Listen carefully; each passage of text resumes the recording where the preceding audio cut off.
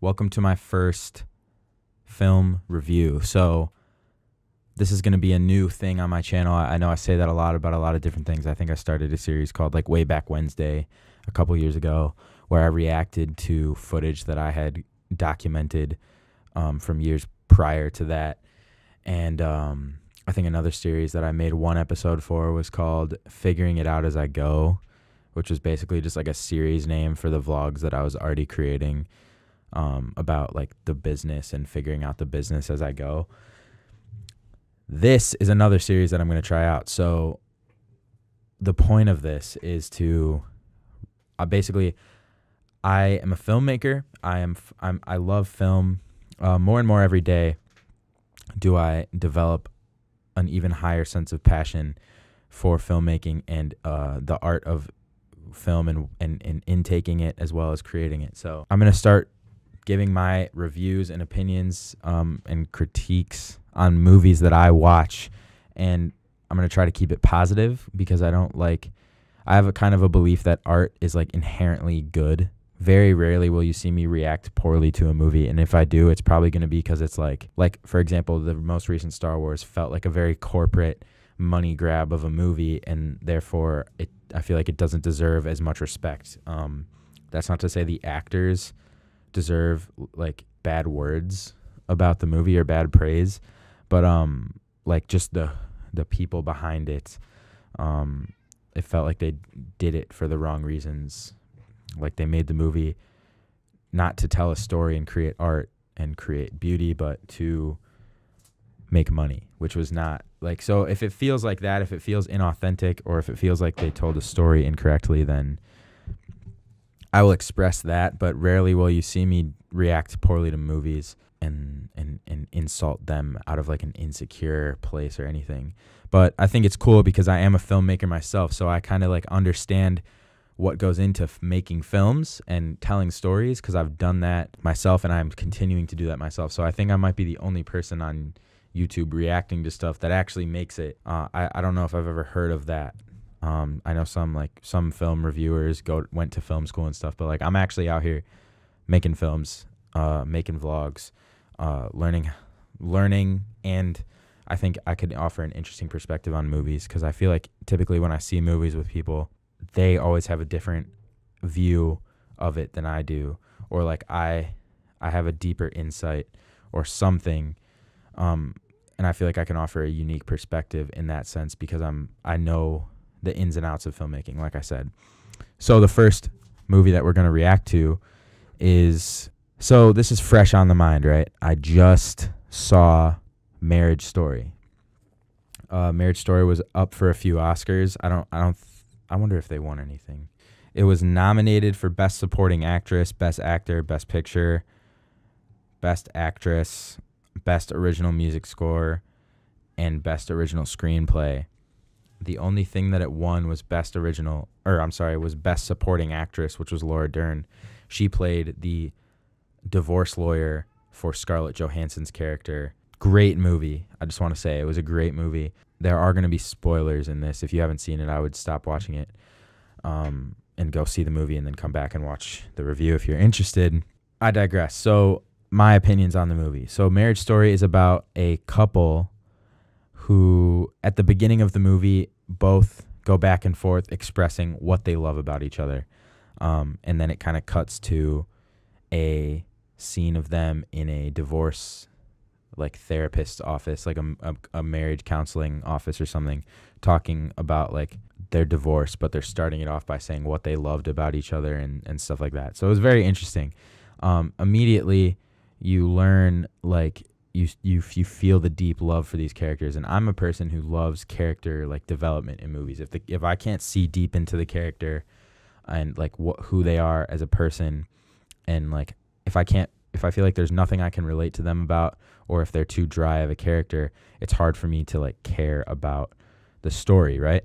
I'm a character guy. It's a reason I love documentary, is because typically there's a character that you can get really invested into and like actually gives you raw emotion and unfiltered thoughts, right? So I love that in movies, and immediately you see you learn a lot about these characters, and in that scene where they're talking to this therapist, it hooks you in, and it makes you want to learn more about why this couple is getting divorced and why the marriage isn't working, and who these people are.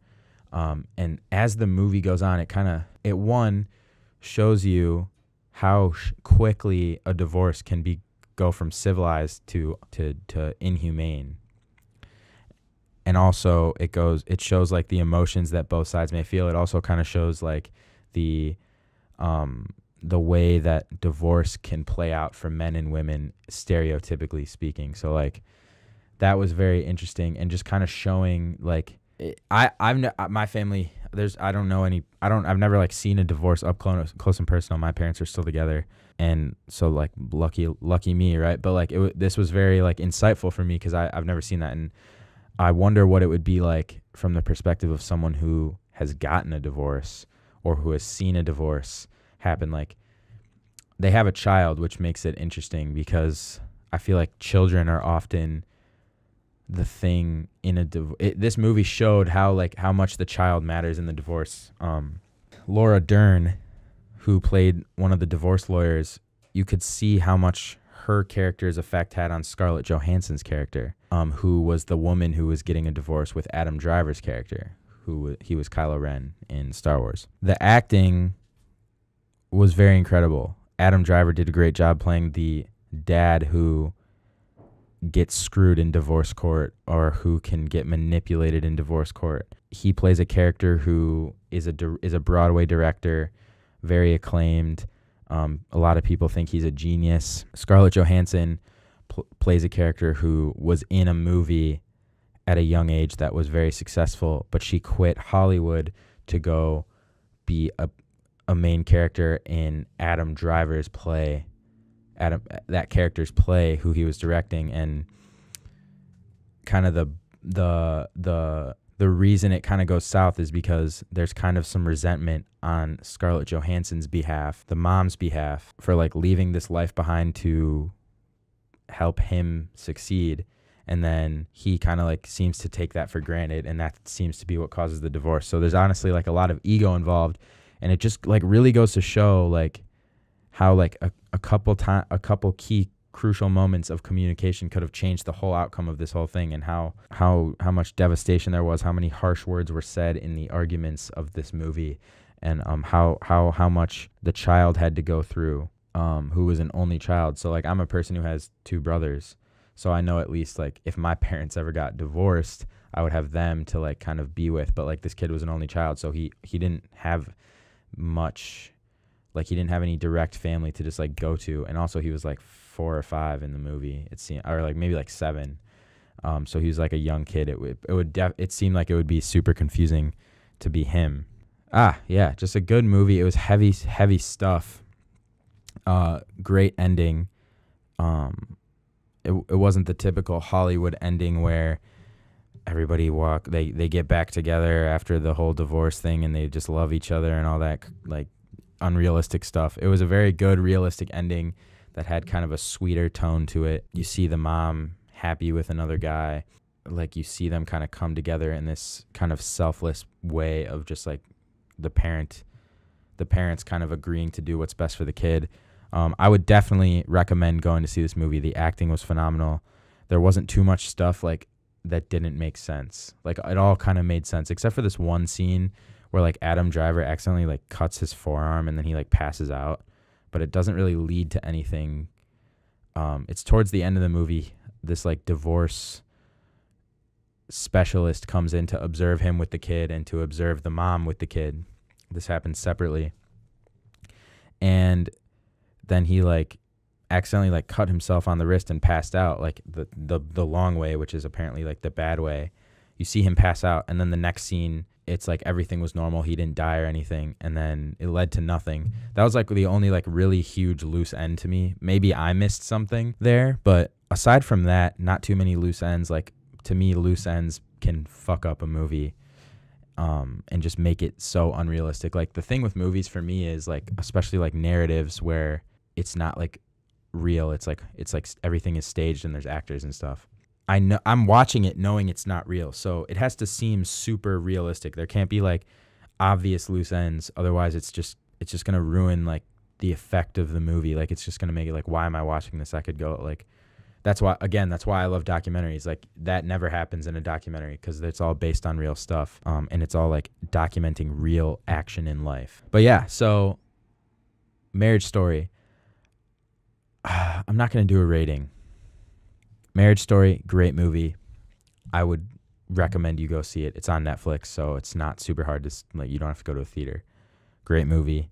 Glad that Laura Dern won Best Supporting Actress at the Oscars because she played a great women's divorce attorney. She pearled it. All the acting was great. Wasn't super cliche. Tugs at the heartstrings. Good story overall. Showed some real life stuff. And I think captured the emotions and story of what would seemingly be like a horrible thing, being divorced. And did a good job with it based on my little knowledge of divorce. So go see Marriage Story. Thank you guys for watching. I will see you in the next one. Make sure you hit the thumbs up, subscribe, and I'll see you guys in the next one. Peace out.